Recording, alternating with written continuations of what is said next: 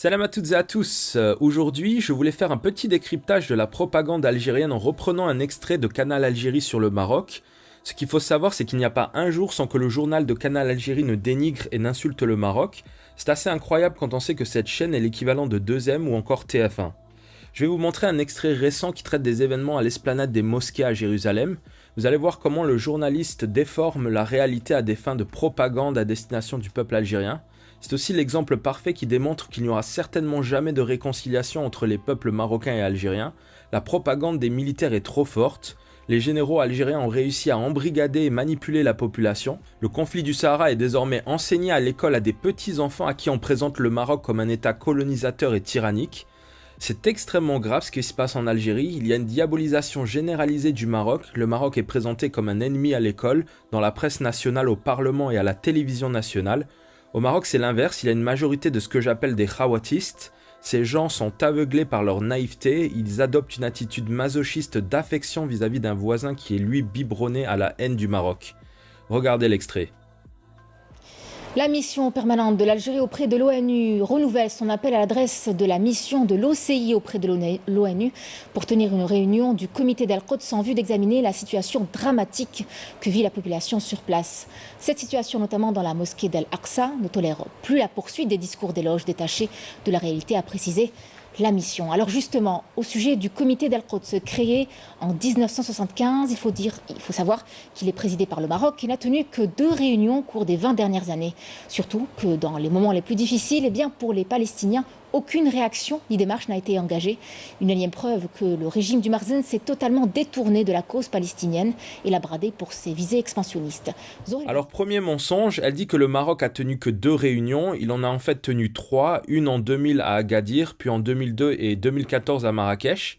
Le Maroc est aussi le principal donateur de l'organisation avec plus de 50 millions de dollars, suivi de l'Arabie Saoudite. Le pays couvre plus de 75% des frais du comité. Au Maroc, il y a aussi une taxe palestine sur les cigarettes qui rapporte plus de 7 millions de dollars par an à l'autorité palestinienne. Je suis personnellement contre cette taxe, charité bien ordonnée commence par soi-même, et donc je préférais que l'on donne 7 millions de dollars pour améliorer les conditions de vie des soldats marocains qui sont postés sur le mur des sables au Sahara marocain. Je veux aussi rappeler ici que l'Algérie n'est même pas dans la liste des contributeurs de l'organisme. Les États-Unis ont même critiqué l'hypocrisie de l'Algérie qui ne contribue pas financièrement à la cause palestinienne. Le régime utilise la Palestine pour s'opposer au Maroc, et vous allez voir ça dans ce prochain extrait, c'est assez frappant. Tout est bon pour taper sur le Maroc. Regardez. De par l'histoire, les hommes s'affirment par leur position et leurs principes. Ce qui s'est passé en Palestine occupée dans la grande mosquée d'Al-Aqsa a dévoilé non pas seulement la sauvagerie de la colonisation sioniste, qui n'est plus à démontrer, mais surtout la lâcheté et la fourberie d'une monarchie, à sa tête un homme qui s'est longtemps proclamé comme porte-étendard de l'islam, mais en réalité, il n'en est rien. Le roi du Maroc a trahi, le roi du Maroc s'est dérobé face à l'infamie, celui qui se surnomme lui-même l'émir des croyants est resté muet, un silence complice avec ses nouveaux alliés sionistes. Jamais de par l'histoire l'on a vu une telle traîtrise, pactisée avec l'oppresseur contre l'oppressé qu'on doit protéger. Voilà aujourd'hui la réalité du Marzen marocain, avec à sa tête un monarque qui a perdu l'esprit, mais qui a perdu surtout la sagesse d'écouter son peuple, refusant cette normalisation contre nature. Vous voyez donc la haine dans le discours et le manque de déontologie journalistique. Vous ne verrez jamais de vrais journalistes parler ainsi du leader d'un autre pays. C'est digne d'un journal vénézuélien ou nord-coréen. Il y a donc plusieurs mensonges. Le premier, c'est que le Maroc n'a pas réagi alors que c'est complètement faux. Le roi a été un des premiers à condamner les agissements des troupes israéliennes. Ils utilisent la souffrance des Palestiniens pour se donner bonne figure. La cause palestinienne est un business en Algérie. Le drapeau palestinien est prisé sur les réseaux sociaux. Le journaliste enchaîne sur la traîtrise. Venant d'un journaliste algérien, c'est assez comique. C'est l'Algérie qui est revenue sur ses engagements en 62 et qui a poignardé Mohamed V dans le dos. C'est l'Algérie qui a trahi le Maroc en armant et soutenant les milices du Polisario qu'elle a créées pour déstabiliser et affaiblir le Maroc.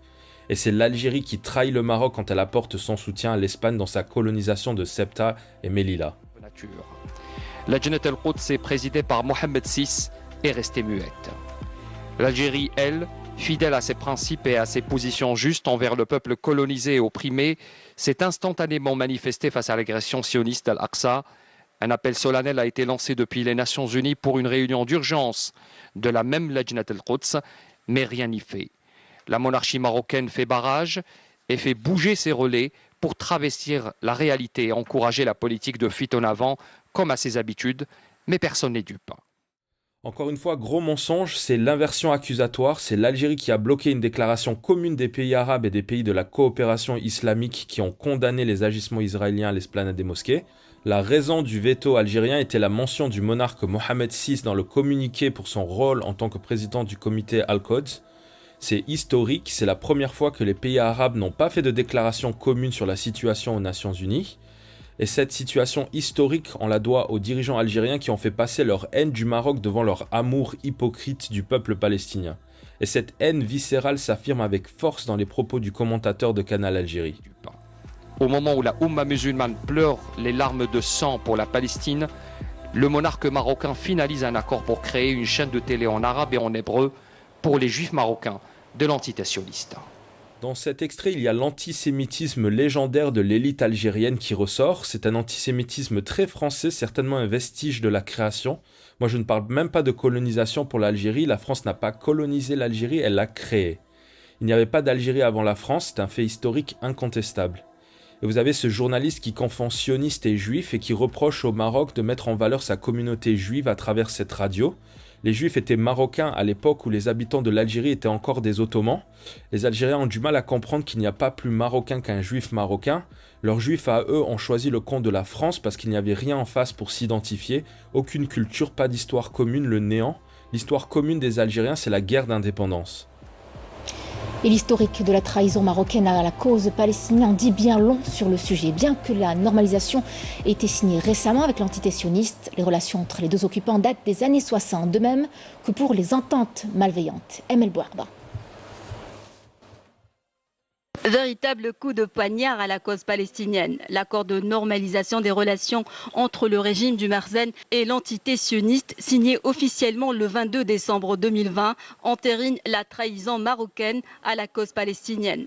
Cet accord vient mettre à nu les relations entre deux forces d'occupation barbares tissées depuis plusieurs années. Déjà en 1965, le Mossad procure une aide opérationnelle dans l'élimination de l'opposant marocain Mehdi Ben Berka, enlevé en région parisienne le 29 octobre 1965. Durant cette même année, le roi du Maroc, Hassan II, a fait enregistrer au profit du Mossad les travaux d'une réunion secrète des dirigeants arabes destinée à évaluer leurs capacités militaires.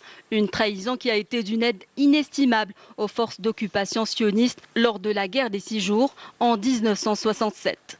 Marocains et sionistes ont entretenu durant des années un dialogue politique permanent avant que l'ancien président américain Donald Trump n'officialise le 10 décembre 2020 sur les réseaux sociaux la décision du roi marocain d'établir des relations diplomatiques avec l'entité sioniste. Une annonce qui est bientôt suivie d'un communiqué royal. En échange, Washington reconnaît la souveraineté marocaine sur le Sahara occidental.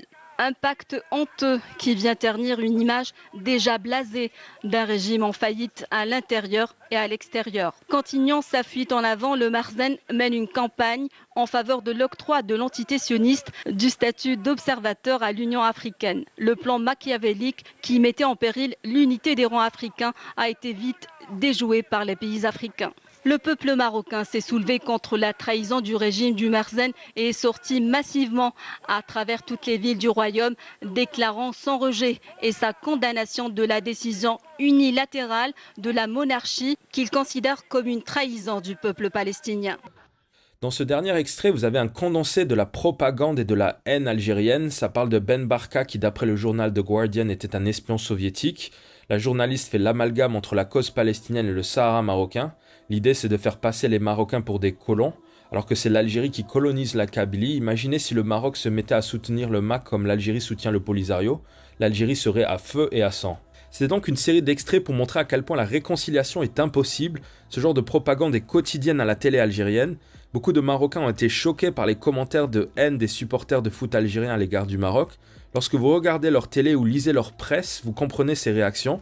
Le peuple algérien est en train d'être lobotomisé façon Allemagne nazie des années 30. Il n'y a aucune réflexion, la caste militaire est en train de propager massivement sa haine du Maroc au sein de la population algérienne.